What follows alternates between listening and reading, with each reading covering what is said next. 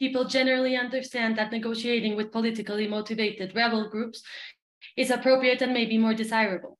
But when it comes to negotiating with violent criminal groups, the end game of negotiations is less clear. Can you explain a little more about the kind of end games that could make sense for negotiations with violent criminal groups? You think about the classic paradigm of negotiating with a politically motivated rebel group, an armed group. What your end game is usually pretty intuitive. What you're trying to do is to end political violence. You actually, it may not always be obvious, but in fact, you want the politically motivated rebel group or revolutionary group to stay political. They don't have to drop their politics. What you need to end is the violence associated with it. And so, a classic pathway for a politically motivated group, according to that archetype, is to negotiate their pathway into politics, and possibly also integration into the national army, where there's a monopoly of legitimate violence is the concept. But they can stay political is the point. Looking at violent criminal groups who ostensibly have as their, again, according to the archetype, their principal motivation is profit. They don't have transformative or political goals for society. That's the archetype. And so, whereas a politically motivated group can stay political at the end of a negotiation, a criminal group, a violent criminal group, cannot stay criminal. And so it begs the question, exactly the question you've asked, what would be a potential logical or appropriate endgame? And in our study, we discovered, to our surprise, that there's a huge spectrum of potential endgames.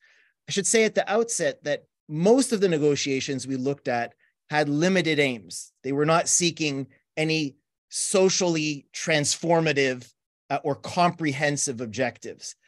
There were some exceptions to that, but most of the negotiations had limited aims, a temporary ceasefire, a truce, and so forth. But the end games are actually, that we discovered, were quite varied. Sometimes it was a form of legal leniency in exchange for a reduction in violence, which could have very important benefits for a community that was absolutely overwhelmed by violence. It could be that there's a level of legalization of the group, where there's a strong sense of cohesion and identity that can be used as a proxy, let's say, as a variable for negotiation in order to, again, allow for some level of transformation of the group. Those are examples, but I mean, it is a fundamentally different endeavor when you set the end games. Why would you ever negotiate with these groups? It's clear that the kinds of end states that you should be thinking about are somewhat different, but from the ones that you would seek with a politically motivated group that can and probably should stay political without arms. But again, I think that there was it was positively surprising, and we expected at the beginning of our research to basically discover only stories of failure, and to our great surprise, we discovered rather in the majority stories of limited success.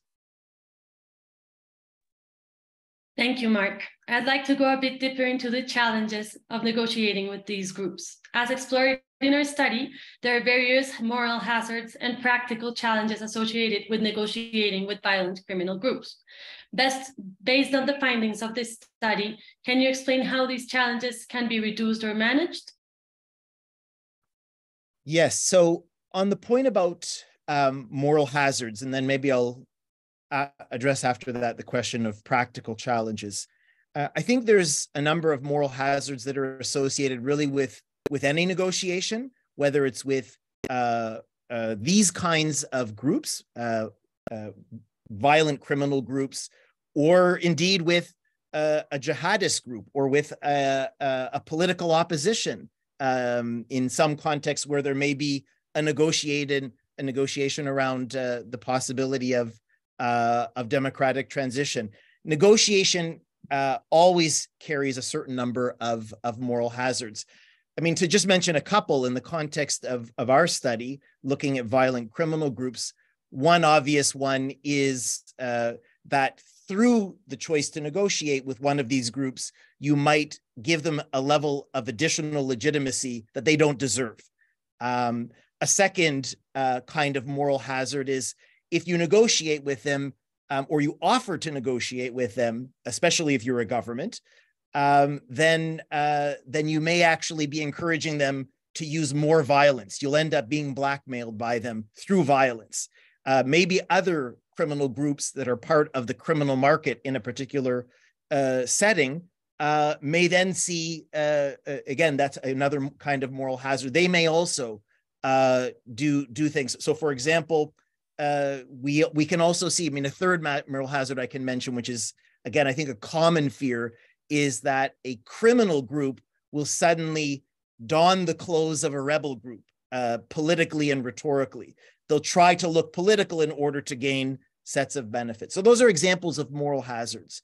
Most of those that I mentioned apply equally, though, to negotiations with all those other categories of armed groups or political groups. And I think the other question that isn't mentioned often enough is, what about the moral hazard of not negotiating? If you have a window of opportunity because there is an openness on the part of the leadership of a particular group to negotiate, maybe a generation, an older generation within a violent criminal group that is maybe the last chance before you can potentially negotiate either a limited or comprehensive accord that could, again, be beneficial for society. Those are also involve moral hazard. What about the moral hazard of not negotiating when there might be opportunities of that sort that you miss, which could produce the moral hazard of actually entrenching for the long term or even increasing the violence that may come. So if we're going to ask about the moral hazard, I mean, I suppose it's a rhetorical point, but I would say that if we're going to ask the question about the moral hazard of negotiating, analytically, we also have to ask the question about the moral hazard of the opposite choice, not to negotiate. But there's no question that there's moral hazard involved. As for the practical challenges of negotiating, I think it definitely depends on who's doing the negotiating. One of the really interesting things that we discovered in our research is who is doing the negotiating. On the part of the violent criminal groups, it would tend to be members, typically leaders of those groups. But on the other side of the negotiation, sometimes there is the government, and the government or a government institution, perhaps a particular ministry. Sometimes it's actually an individual police chief that may be carrying out the negotiation directly on behalf of the state. But there are lots of negotiations where the government actually is not directly involved. And it may be in more of what we call in the report an agent-principal relationship.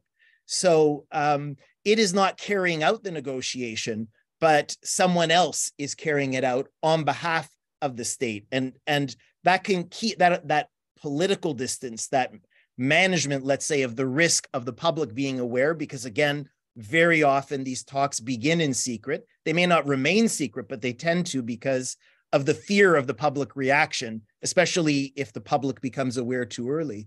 But the risks, the practical challenges and the risks tend to be greatest the further, in terms of physical risks, the further you are from any possibility of government protection.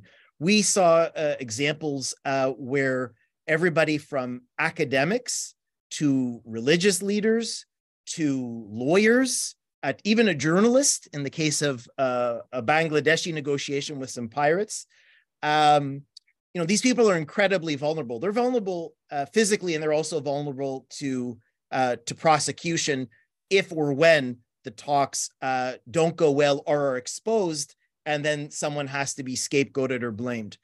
Those are some of the practical challenges. There are many others, but I'll maybe stop there. Thank you, Mark. You are already anticipating some of the similarities and differences between more traditional peace negotiations and these negotiations with violent criminal groups. That connects with my next question. Can you explain what kind of learnings from the field of more traditional peace mediation are relevant to negotiations with violent criminal groups? Yes, so this is one of the other surprises, I suppose, as we carried out the research. And this is something we did over 5 years, so we learned things incrementally. But I would say that by the time we had identified our full case set, this global set of 24 cases or 25 cases, I don't remember the exact number, one of the striking discoveries for us is about the absence both of the best practices that one would typically expect to see in classic peace negotiations that maybe take place between one or more governments and one or more rebel groups, sometimes with international involvement, of course. There are lots of things that you would, as I say, expect to see in a modern peace negotiation that we didn't see present in terms of basic understanding and basic knowledge. And similarly, and I'll give you some examples, similarly, there's an absence, I would say, not just of knowledge, but of actors.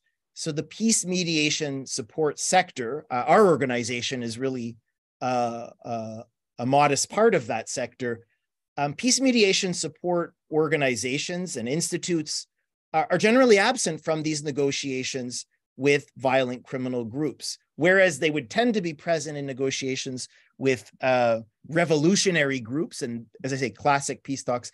They're absent here. And that dual absence, an absence of knowledge and an absence of actors, expert actors and their accompaniment, led to, I would say, a lot of ad hoc results that on the one hand are partial explanatory variables about why some of these negotiations that we examined failed. At least arguably, those two absences are in some cases, I think, even significant contributors as to why the talks didn't succeed. But on the other side, those two absences suggest that there are untested possibilities for dialogue, negotiation, and mediation as one part of the tools, the toolbox for addressing the problem, the many problems that violent criminal groups present for societies in many, many parts of the world at a very extreme level. And so some concrete examples of this, I mean, I suppose I can share it at 3 levels. There are lessons from the field of conflict resolution and the field of peace mediation support that apply to the setting up of peace talks, the before of peace talks, that again, we didn't tend to see in the cases that we looked at. So there's a sort of, an area called process design. There's a lot of thought that goes into this, thinking about the format and the rules and the procedures that will need to be agreed upon up front and designed to give the best chance possible for the talks to take place. Everything from the size of delegations to the agenda that you set, to note-taking and rules of confidentiality. Most of what we saw in this before stage, when we looked at our cases of negotiations with violent criminal groups, was what we describe as a high nobility of intention, but a low capacity a low capacity to deliver. So infrastructure of that sort at the outset you would expect to see, and it was generally absent. Efforts were very ad hoc, noble but ad hoc. And then at the middle stage, in most of these cases, there were actual negotiations which materialized. So they took place. And there as well, there's a set of practices that are very important. And again, a kind of infrastructure that you need to give the best chance possible for negotiation efforts to succeed. So again, in the context of modern day peace talks, you would see that infrastructure. Again, we didn't see it.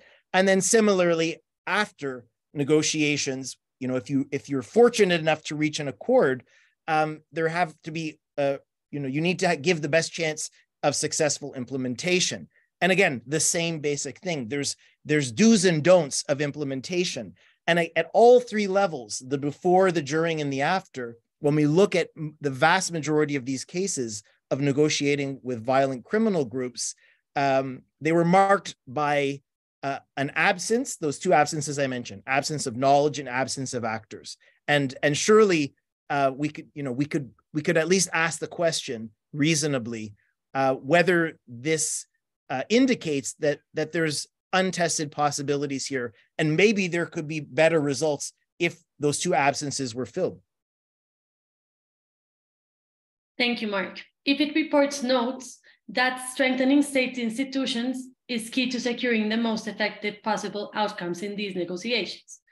But I was wondering what characteristics of the criminal groups themselves need to be taken into account when negotiating with them. I know these groups, as you were anticipating, do not have political aims, but maybe you can talk to us about concepts like identity, honor, and belonging. Also connected to this, what is the role of other stakeholders, such as families, citizens, and communities in these negotiations? Okay, I'll try and take that in parts. So I would say that on the question of identity and cohesion, those are fundamental variables you would look for if you were negotiating with a militant group, a classical revolutionary group or rebel group. The more identity and cohesion that exists within that group in general, the more sense it makes to contemplate negotiation with them. If they're massively splintered or they completely lack identity, it's very unlikely to make sense to negotiate with that group, whether it's political or not, in terms of its primary motivation. If it's not sufficiently cohesive, if it doesn't have a sufficiently strong sense of self-identity, it's very likely a pointless exercise to negotiate with them, because the capacity to then implement and the expectation that there would be an ability to implement would be extremely low. And so we looked for this variable and asked ourselves, as we went through the research and did our dozens of interviews with the people who actually negotiated with, and in some cases on behalf of, violent criminal groups, again, whether they're pirates, cartels, gangs, mafia, etc. And indeed, it sort of verified that the thesis that I'm sharing. I mean, the more there was a strong identity and the more cohesion there was within that particular group, which could be reflected in a huge number of ways, from clothing to internal rules, and including internal democratic practices, shared origins, family, ethnic, or other kinds of origins, the use of graffiti, hand signs, a million different ways, almost, it's, pardon the comparison, but almost, the way that you might expect a sense of corporate identity in a large company. There are gangs and cartels and violent criminal groups of different types that have strong identity and cohesion that manifests itself in all kinds of ways and is measurable and is clear. Not all groups are, of course, organized that way, and that was one of the other things that I think is, important to also underscore is, again, this point that violent criminal groups, it's just an archetype. You still have to ultimately correctly characterize the nature, the size, the type, the identity, and even the aims of particular groups. correctly if you're going to have any chance of negotiating. But it is a very important variable, and it's a critical one that actually allows and did allow in most of the cases we looked at. It was one of the fundamental variables, identity and cohesion, that explained to a significant degree where there was limited success versus comparative failure.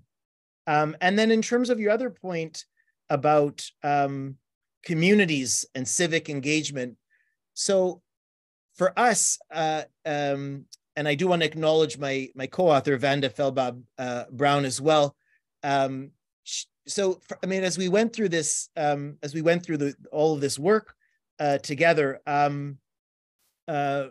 we thought also, of course, about the question of having a larger strategy, the question of, and here's another example of a moral hazard.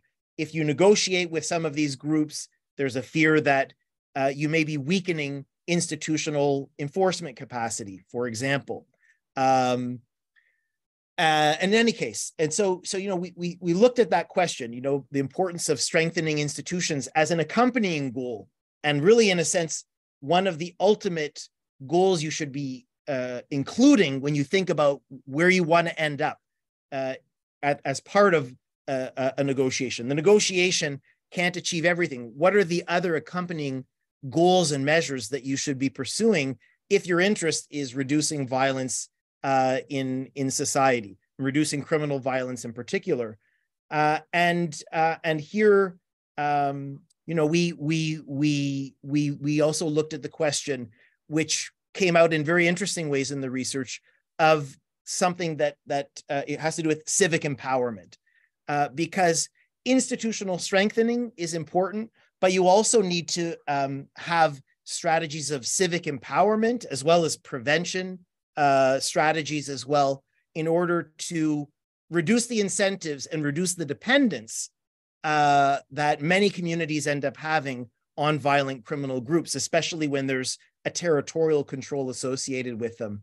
And so civic empowerment has to be part of, has to be an accompanying measure if there's going to ever be usage of negotiation as part of the response to the problem of criminal violence. Thank you, Mark. We've reached our last question, and I'd like to ask, what other challenges, gaps, opportunities do you see for these negotiations in both an academic and a practical level?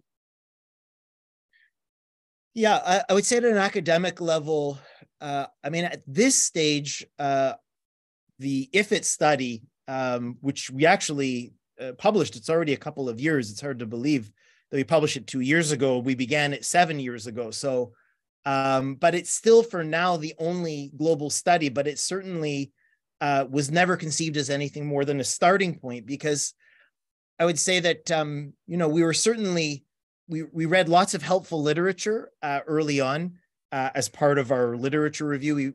There's some very interesting conceptual work that we discovered and some individual case studies. But what led us 7 years ago to decide to do this large global comparative research was the absence of something global and sufficiently global and comparative to understand the reality and the practice of negotiations, actual negotiations with violent criminal groups.